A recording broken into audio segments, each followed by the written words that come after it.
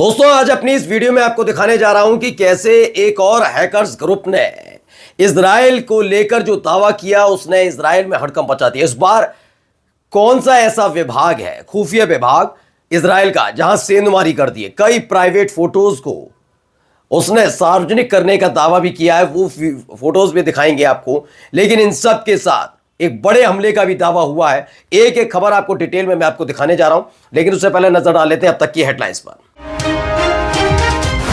Hackers group Hanzala ने एक बार फिर इजराइल में मचाया हड़कंप। हैकर्स के मुताबिक उन्होंने इस बार इजराइल की खुफिया एजेंसी मोसाद के नेटवर्क में सेंध लगाई। हिजबुल्लाह ने इजराइल के साथ सीजफायर वाले अमेरिकी प्रस्ताव पर दी प्रतिक्रिया। हिजबुल्लाह का दावा कि इजराइल समझौते के तहत चाहता है राहत, जो मुमकिन नहीं। जेनिन में आमने सामने आए हिजबुल्लाह लड़ाके और इजरायली सेना। 3 हिजबुल्लाह लड़ाकों के मारे जाने की खबर। और गजा में इजरायली सैनिकों पर हमला, इजरायली मीडिया ने की हमले की पोस्टिंग। द लाइव टीवी, सच सबसे आगे। नमस्कार, मैं हूं प्रज्वल गौतम और आप देख रहे हैं द लाइव टीवी। मैं वीडियो की शुरुआत करूं उससे पहले एक अपील करना चाहूंगा, जो स्कैनर आप देख रहे हैं उस पर जितनी संभव मदद हो हमें मदद तक पहुंचाइएगा, क्योंकि आपका प्यार, दुलार, मोहब्बत, दुआएं ही हैं जिसकी बदौलत लगातार एक एक खबर हम आप तक पूरे तथ्यात्मक तरीके से पहुंचा रहे हैं। यह हौसला लगातार आप ही की बदौलत बना हुआ है। ये प्यार लगातार यूं ही हम तक पहुंचाते रहिएगा। लाइक, शेयर और कमेंट करना मत भूलिएगा। लेकिन उससे पहले अब आपको खबर की तरफ लेकर चलता हूं। देखिए, महत्वपूर्ण खबर क्या है, आपने देखा होगा पिछले काफी दिनों से हंजला ग्रुप की तरफ से, एक हंजला ग्रुप है, उसमें कई फोटोज वगैरह उसने हैक करने का, फिर हैक करने के बाद उसने ये दावा भी किया कि भाई हमने कई सार्वजनिक फोटोज भी सार्वजनिक की, सेना के अधिकारियों से जुड़ी रही, राजदूतों से जुड़ी रही। अब वो एडिटेड फोटोज हैं या फिर वाकई वो सेंधमारी की गई, इसकी पुष्टि द लाइव टीवी नहीं करता, लेकिन जो खबर है वो आप तक पहुंचाना बहुत जरूरी है। एक और ऐसा ही चीजें की गई हैं, उसमें अब आपको दिखाने जा रहा हूं क्या है। देखिए, ये पूरी जो स्क्रीन पर आप तस्वीरें देख रहे हैं, इसी को लेकर ये दावा है। ये पूरी स्क्रीन हंजला इस पर ग्रुप लिखा हुआ है। इसे लेकर लिखा है कि ईरान के हंजला हैकिंग ग्रुप ने ऐसा भी जो SSV है, ब्लॉकचेन नेटवर्क है, इसको कहा जाता है। ये मोसाद का आर्थिक तौर पर यानी फाइनेंशिंग तौर पर और मनी लॉन्ड्रिंग का नेटवर्क है, जिसमें सेंधमारी करने का दावा किया। कई महत्वपूर्ण दस्तावेज का उनके पास है, हंजला ग्रुप के पास। ये कहा गया बहुत सारी चीज़ें, 8 TB का यानी 8 TB का बहुत ज़्यादा संवेदनशील डेटा उनके पास होने का उन्होंने दावा किया। जैसे ये दावा हुआ तो हड़कंप मचा और अचानक से एक फोटो नजर आता है। इसको लेकर भी हंजला ग्रुप की तरफ से बड़ा दावा किया गया है। दरअसल ये एडिटेड फोटो है या क्या है, इसकी पुष्टि द लाइव टीवी नहीं करता। लेकिन इस फोटो को जरा गौर से देखिए। नेतन्याहू की ये तस्वीर है जिसमें वो फोन पर बात कर रहे हैं, लेकिन लाल रंग का कुछ उस फोन पर लगा हुआ, मोबाइल पर लगा हुआ है। अब इसमें कहा गया है नेतन्याहू के फोन कैमरे पर जो एक लाल तस्वीर, एक तस्वीर वायरल तस्वीर है जिसमें लाल फीता बंधा हुआ है। कहा जा रहा है कि ईरानी हैकर हंजला द्वारा इस डेटा लीक करने के बाद उसकी गोपनीयता संबंधी चिंताओं के बारे में ये व्यापक अटकलें लगाई जा रही हैं कि उसी के तहत लगाया गया है। नेतन्याहू के जो निजी डॉक्टर हैं, उन्होंने भी के साथ बेनी गैंट्स के अफेयर की तस्वीरों सहित कई ऐसे डेटा हैं, कई खुफिया दस्तावेज हैं जो लीक हो गए और ये हंजला ग्रुप के पास है। ऐसा हंजला ग्रुप दावा करता नजर आ रहा है। यानी कि एक बार फिर से सेंधमारी की मार इजराइल झेल रहा है हंजला ग्रुप के मुताबिक। अब चलिए एक वीडियो आपको दिखा देता हूं। इस वीडियो में जरा सुनिए, हिजबुल्लाह के चीफ हैं शेख नईम कासिम क्या कुछ कह रहे हैं। लम तहदअ हरकतुक फी रियासत अल-मजलिस अत-तंफीज़ी अला सिअतिहा लिमुताबअत अल-अमल अल-थक़ाफ़ी।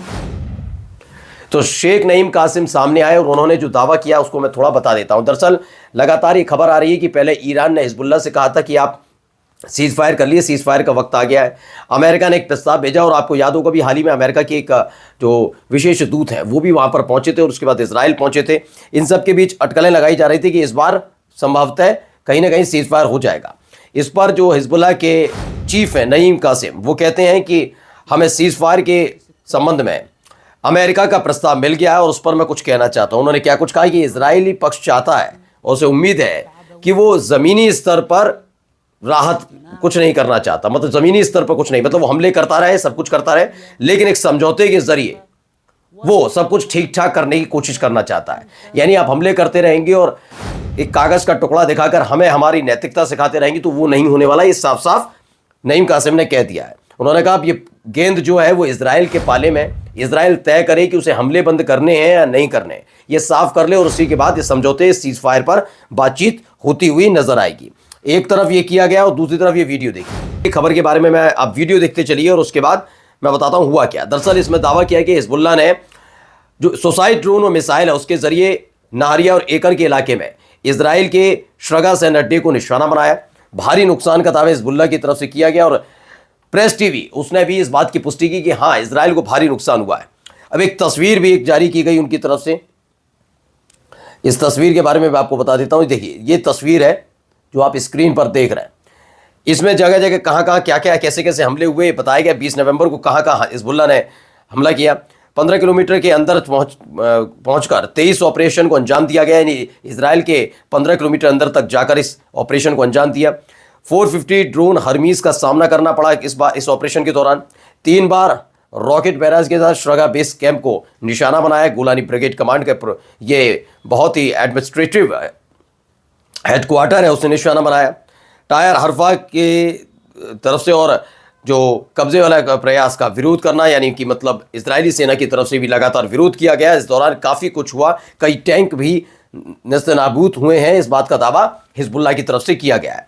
देखिए, एक और वीडियो मैं आपको दिखाने जा रहा हूं जिसका जिक्र मैंने किया था कि जेनिन में हिजबुल्लाह लड़ाके और इजराइल की सेना के बीच जो झड़प हुई उसको लेकर आया। देखिए, कब्जे वाले वेस्ट बैंक में, जेनिन के पश्चिम बैंक में सिलाट अल हरीथिया शहर में जो इस्लामिक रेजिस्टेंस है उनमें और इजराइल की सेना के बीच ज़बरदस्त झड़प हुई और इसकी ये वीडियो निकलकर सामने आई है।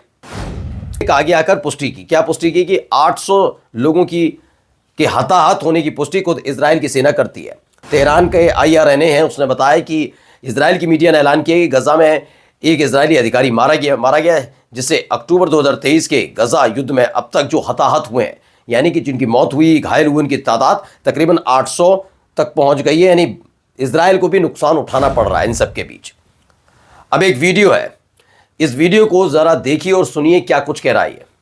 My name is Eli Braz. I'm servicing in Givati, now in Jabalia, securing Givati and another forces. We are working. दरअसल ये इजराइल का एक सैनिक बताया जा रहा है। क्या कह रहा है आप सुनते जाइएगा, क्योंकि इसकी अपनी लैंग्वेज है तो उसे हिंदी में कन्वर्ट करके आप तक पहुंचाता हूं। दरअसल ये गिवाती ड्रोन यूनिट का एक इजरायली सैनिक है। ये मांग रहा है ड्रोन। इसका कहना है कि हालात बहुत ख़राब हो चुके हैं, हम पर ड्रोन खत्म हो चुके हैं और इसकी वजह से हमारी हालत वहाँ पर ख़राब है। ऐसे में इसने कहा है कि जितने ज़्यादा से ज़्यादा ड्रोन हो हमें दान दीजिए, हम तक पहुँचाइए, जिससे हम फिर से अपनी मजबूत स्थिति प्राप्त कर सकें। रेसिस्टेंस ट्रेंच नाम के जो इनका टेलीग्राम चैनल है उसके ज़रिए खबर पहुँचाई गई। अब योव गैलेंट है, उन्होंने क्या कहा, गजा में जो मिलिट्री रूल है उसके उद्देश्यों का हिस्सा नहीं है, बल्कि ये खतरनाक और गैर जिम्मेदार राजनीतिक काम है जिसकी कीमत IDF सैनिकों का खून होगा और हम सब इसकी कीमत चुकाएंगे। यानी कि जो काम किया जा रहा है वहाँ पर वो बिल्कुल ठीक नहीं है। अभी आपको मालूम होगा, अस्पताल पर एक हमला किया जाता है, 100 से ज़्यादा लोग मारे जाते हैं, उस पर खबर निकल कर आती है कि उनको चिकित्सा सुविधा तक मुहैया नहीं हो पा रही है, क्योंकि वहाँ कई तरह के प्रतिबंध इजराइल की तरफ से लगा। एक तो हमला और ऊपर से उनको मदद तक नहीं पहुँचाई जा रही है। तो ये बताया दावा किया जा रहा है इससे कुछ और नहीं हो, गुस्सा फिर फूट पड़ेगा और भारी एक बड़ा हमला भी हो सकता है। और इसमें जाने की किसकी संभावना है? इजराइल के सैनिकों की। चूकेंगे नहीं इराक के लड़ाके।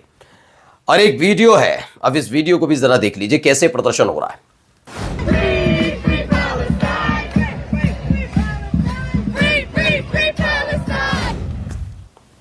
दरअसल ये इजराइल में ही है और ये सारे के सारे इजरायली हैं।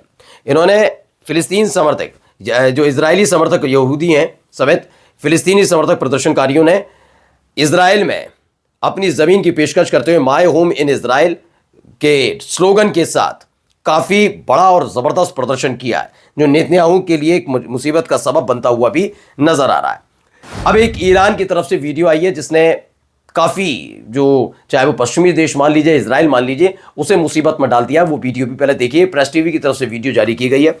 इसमें जो दावा किया जा रहा है, इस पूरे वीडियो को देखते चलिए, मैं दावा भी बता देता हूँ क्या है। इसमें दावा किया गया ईरान ने IDAS यानी आइडियाज़ 2024 यानी 2024 में रक्षा के इनोवेशंस का प्रदर्शन किया। कराची से मोहम्मद तूरी की रिपोर्ट प्रेस टीवी की तरफ से जारी की गई। उसने बताया क्या क्या नए नए हथियार उसके पास हैं, उसका पूरा प्रदर्शन किया गया, बताया गया ये सब हम पे हथियार हैं, देख लीजिए। अब टाइम्स ऑफ इजराइल है, टाइम्स ऑफ इजराइल ने एक दावा कर दिया। उसने कहा कि अधिकारियों का कहना है कि आईडीएफ ने जो ड्राफ्ट तैयार किया गया है उसकी अनदेखी करने वाले 1000 से ज़्यादा लोगों के खिलाफ गिरफ्तारी वारंट जारी किए है। अब कौन है वो लोग जो इस तरीके से जो ड्राफ्ट तैयार किया गया उसका उल्लंघन कर रहे हैं, उसकी अनदेखी कर रहे हैं।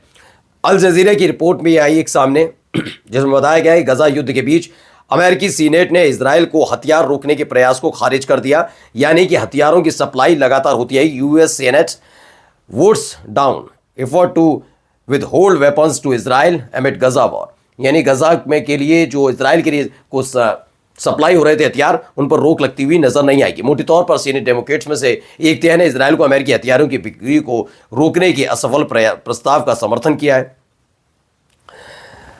अब आखिरी खबर है जो ये वीडियो पहले देख लीजिए आप। तो ये निकल कर आए फिलिस्तीनियों पर हो रहे लगातार अन्याय। इसमें बताया गया कैसे लोगों में जागरूकता बढ़ती जा रही है, एक आंदोलन के तौर पर कैसे इजरायली जो प्रोडक्ट्स हैं उनका बॉयकॉट हो रहा है, उन पर प्रतिबंध लगाने की मांग की जा रही है। यानी प्रेस टीवी की तरफ से ये वीडियो जारी की गई और बताया गया कि इस तरह के हालात पूरी दुनिया भर में बनते नजर आ रहे हैं। एक तरफ प्रदर्शन भी हो रहा है, एक तरफ इजराइल फंसता भी नजर आ रहा है, एक तरफ इजराइल चाहता है लेबनान के साथ सीज फायर हो, लेकिन अपनी शर्तों पर हो। लेकिन इन सब के बीच हिजबुल्लाह ने बड़ा जबरदस्त तरीके से इजराइल को फंसा रखा है। ये भी बात सच है। नमस्कार। द लाइव टीवी, सच सबसे आगे।